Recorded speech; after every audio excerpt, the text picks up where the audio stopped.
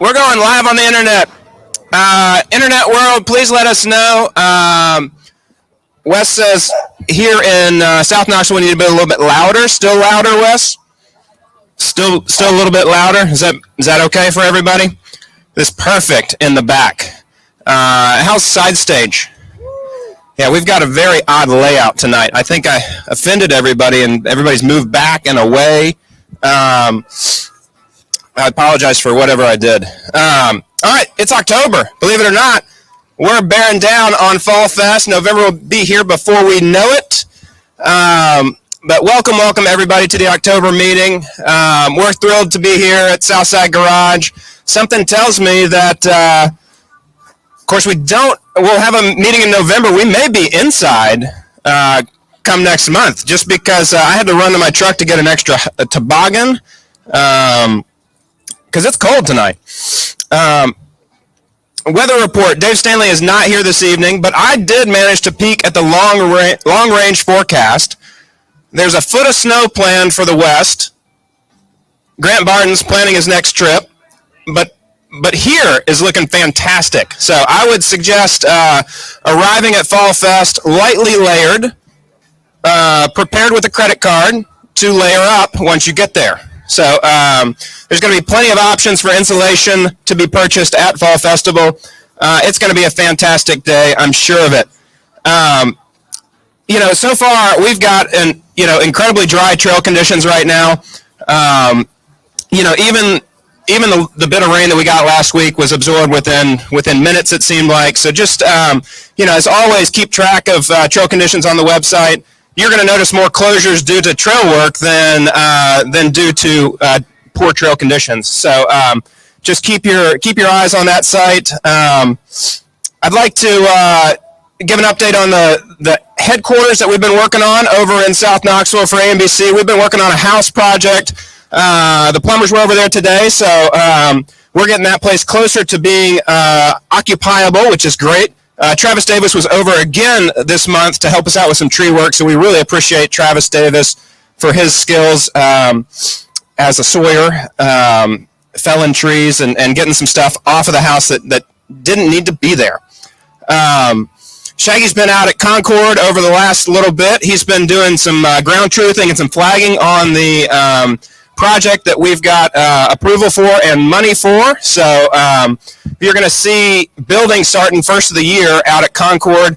Those are about, I think, 6 trails that we've got planned for the roundabout or the ball field property. And we certainly have some work days scheduled at Concord this fall. Those are going to be closer towards the spring, but nonetheless, we'll be meeting with Tony after this just to sort of go over some of what's going on at Concord.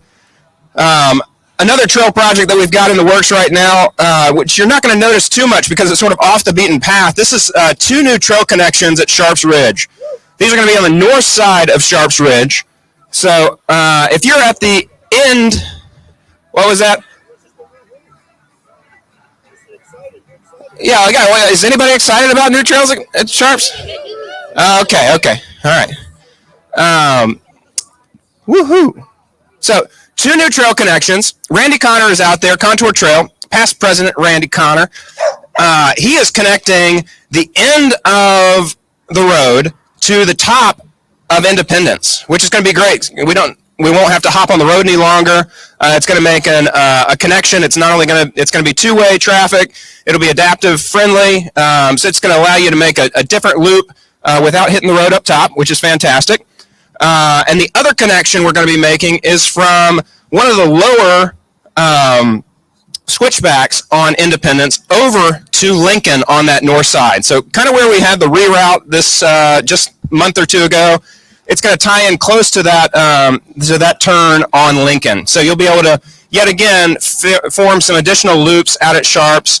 And we will also be working, as we go towards winter, on adaptive reroutes on the original section of Lincoln. So you're going to notice some of the climbs on Lincoln are going to get a little easier, right? Lengthen them out a little bit. Some of the off-camber turns are going to become more of a berm turn, sort of hugging you into the mountain.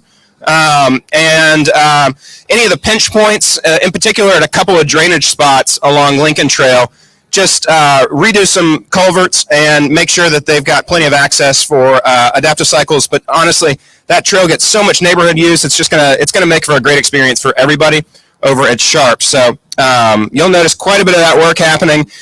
But for now, Randy is literally in sections of the park you're not going to know he's working. We have a workday plan for Sharps Ridge, and we will do some hand finish work on those trails.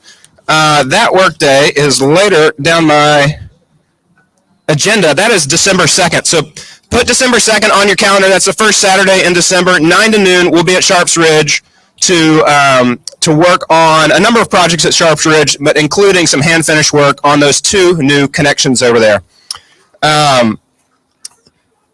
Just a friendly reminder, with any trail project where we've got equipment on the trails, if there's a sign that says do not enter or trail work ahead, please heed that.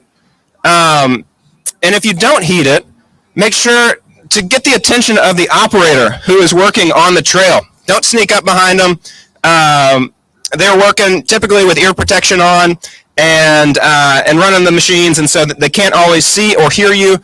It's best just to stay away from a work zone, honestly. Recap time. We had a work party over at Baker Creek, and I want to thank everybody that came out, and I want to thank our sponsors for that work day as well. Bear Paw Bikes provided an awesome lunch, and Jeff is here, isn't he? Yep, Jeff's right there. And then Crafty Bastard was generous enough to make sure that we had drinks at the end of the work party. Very well attended work party. Thank you to everybody that came out. We accomplished a number of things through the park, did some resurface work on Devils, planted a lot of posts, built a picnic table, 12 feet long, mind you. Yeah, take your friends, go have a picnic just outside the jump line at Sharps Ridge, or at Baker Creek. We also hosted a social ride the last Big Fun Tuesday. That was very well attended as well. About the same number of folks over there, 50 plus folks that came out to ride on the last Tuesday evening ride of the season. We'll fire that back up in the essentially when daylight savings time comes back around, and we'll join IMES out at the quarry again in the spring. Aaron Donovan and I headed down to Anniston, Alabama last weekend. So AMBC is part of a larger organization, right? Our parent organization is SORBA. Philly D, the SORBA executive director, is not here this evening. But nonetheless, Philip organized a fantastic board meeting for all of the southern states in Anniston, Alabama. I was reminded as to why I've been down to Anniston in the winter. It is, if you think it's dry here, it's really dry down there. Conditions are going to be prime come the middle of winter when things are soaking wet here. Consider the drive down to Anniston. It's about 4 hours. They've got a ton of mileage at Coldwater Mountain.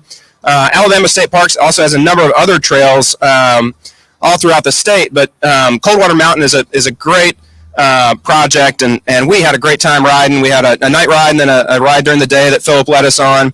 That meeting, like I say, we have the meeting of all the SORBA groups, and it's really important for all of us to get together, honestly. We get to bounce ideas off each other. We get to learn from other clubs. We learned our ranking on our membership level. Believe it or not, Marcy is holding up her pointer finger. That would be Triangle Off-Road. Marcy, put a second finger up. That's AMBC. Woo, woo. So, some people might ask, yes, Wayne might ask actually, what does it take? What does it take to be number one? So we are the second largest mountain bike club in the Southeast right now. It takes 128 members. If you would get on your phone right now and check your membership status at ambcknox.org. No, we'd love to have anybody who wants to be a member of the organization be a dues-paying member. It is inexpensive. It's basically a nod to the organization. We don't make money off of that per se, but it's great to be number one, and it's not so great to be number two. So we're going to work pretty hard during Fall Fest to bring our numbers up. I think Philip is going to be at the info booth doing membership, and Jen, who is also with Sorba, she's going to be doing memberships as well. Philip said that he's going to have a goal of 8, and Jen's going to have a goal of 120. So looking forward to seeing how all that pans out during Fall Fest, but it's an easy time to swing by the membership or the info booth, check out ride options for the day, and check on your membership or potentially renew or put it on an annual auto draft. That's what I do for my membership with AMBC and CVTA, because you can be a member of more than one club. With that, actually, that's a really bad segue into membership drive. IMBA and Sorba are having a membership drive right now. There are a number of prizes that you're eligible for if you sign up to be a member during the month of October. And so, yet again, another incentive to be a member. We will, like I said, we'll have plenty of options at Fall Fest for membership. With that, Fall Fest is right around the corner. We need to thank a number of our sponsors for this thing. We've had incredible corporate support for the festival. This is our 14th year doing the festival, and we're thrilled to have Harper Automotive Group and Harper VW at the table again this year. We've got the Drop-In, Apex Window Cleaning, Jeff Ross Cycling Foundation, who's always had a booth at Fall Festival, but they said, hey, we want to be a sponsor this year, so we're thrilled to have them. Of course, our friends at Littman Brothers and Jeremy Walker's to thank for that. George Middlebrooks, who keeps us looking good, keeps our website running well. His company, A Side Project, has been a longtime supporter of AMBC. If you need any work on that front, make sure to give A Side Project a chance on that stuff. Of course, visit Knoxville, supporting AMBC for a long time. Harper's Bike Shop has ponied up this year to support Fall Fest. And then a design firm, Sparkman and Associates, has also reached out and said, hey, we love what you guys are doing. We'd love to be a partner of Fall Festival. With that, I'm going to run through sort of what's going on with Fall Fest right now. We have an update on volunteers is that Andrea reported this morning, we've got 90 folks signed up already. Everybody reach one hand up and put it on your back. And just pat yourself on the back, because I bet most of those folks are here in the room tonight. It takes a few more than 90 to make it all happen. We don't have the gap of 128. We have more of a gap of like 10 to 20. And that just sort of pads our volunteers and makes things a little bit easier. But if you haven't already filled out the web link online, consider hopping on the Fall Fest site. We'll have a link on our social media from this meeting if you want to sign up. Typically, we ask for just whenever you want to work, basically. And Andrea's fantastic about fitting in your schedule around your rides and whatever else you want to work on throughout that day. So I appreciate everybody's enthusiasm for volunteering. That's what makes it all work out. Raffle update. We have this year a fantastic bike from Tennessee Valley Bikes in transition. That bike is going to be given away on Saturday evening. So if you don't already have a raffle ticket, you can buy that ticket up to Saturday night, but why not make it a little bit easier on yourself and you don't have to fill it out by hand. We'll print the label for you if you go ahead and buy your tickets ahead of time. They will be in the concrete mixer come Saturday night when we start pulling those names out at 9 p.m. on Saturday. Joyride, last I heard, it's filling up. I don't see Caroline this evening, but I know that you want to speak for that. Let's do it. Madeline's going to come up and give us a little bit of update on Joyride. Thanks. Hey, I'm Madeline. I'm with AMBC Joyride, and we have a lot of people registered for the women's ride on Saturday morning during Fall Fest, and it is for all levels. So no matter if you're brand new to mountain biking or you've been doing it for years and you go down Devils regularly, there is a spot for you. So please sign up. We also need some volunteers. So if you want to volunteer to ride or to lead rides, that would be really appreciated. If you guys have any questions, come see me. Thanks. Awesome. And we'll have the Eventbrite link for both volunteers and riders up on our social media now. Social Ride. Carter, do you want to say anything about that? Are you good on volunteers? Oh, we need volunteers for Social Ride. They've got guided rides that are being assisted by Knoxville Outdoor Tours and also Pedal for Alzheimer's. Those rides, he's got full descriptions up on the Eventbrite, which is on our social media as well. So those rides are going to head off in the morning just after Joyride and rendezvous back at the center area, probably around lunchtime. Just after lunch, 1 o'clock is a power hour at the pump track. So Joyride and Blue Sky Mountain Bike host a ladies session on the jump line there. Also between 1 and 3 o'clock, there's an adaptive cycling time trial that's going to happen on Floyd Fox. So you're going to notice some additional signage this year from 1 to 3. They're actually going to be race officials stationed at the top and the bottom to clear that course for short periods of time. But Catalyst Sports is actually comping the registration for all of the racers in that adaptive event from 1 to 3. We've got Dirty Bird Events is also hosting yet again for probably the 14th year, the short track race at Fall Festival. So always a hoot coming through the main festival grounds. That's a free event to sign up for. The short track starts at 5 p.m. And the last racing opportunity of the weekend is actually on Sunday. So Go Nuts Racing is hosting a 3 and a 6 hour race on Sunday. So they've got a course that's laid out. You've got team options on that. You can do solo options. But if you're into racing, consider signing up for that on Go Nuts registration site linked in our notes. We're still having vendors inquire. It's quite interesting today. We got some notes from folks leaving Outer Bike in Arkansas. So I think we're going to have a great selection of vendors. We've got a ton of local folks. We've got some folks that are coming from out of town to join us as well. It's going to be a good year.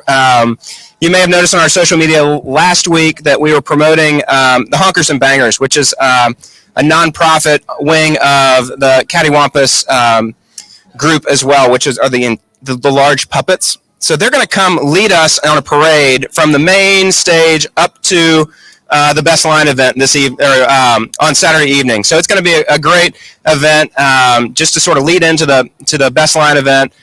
We're thrilled to have the Honkers and Bangers with us. They had just had one of their fundraisers last weekend. AYC updates. Chris, you got some updates on AYC? You got a sweatshirt on that says AYC. Impressive. Yeah. Yeah. Thank you. Uh-huh. Just to talk just a real quick on Appalachian Youth Cycling. Yes, sporting the letters, and because our NICA season just wrapped up. So we're all play and we're half race, and so we just wrapped up the Tennessee State Championship, and we got first place in middle school across the state, and we got third place in high school. So real proud of our riders. So wanted to share that, and we're excited about Fall Fest 2. We're going to be set up there with a booth. So if you got young people that are interested or just want to learn something about it, stop by and say hey.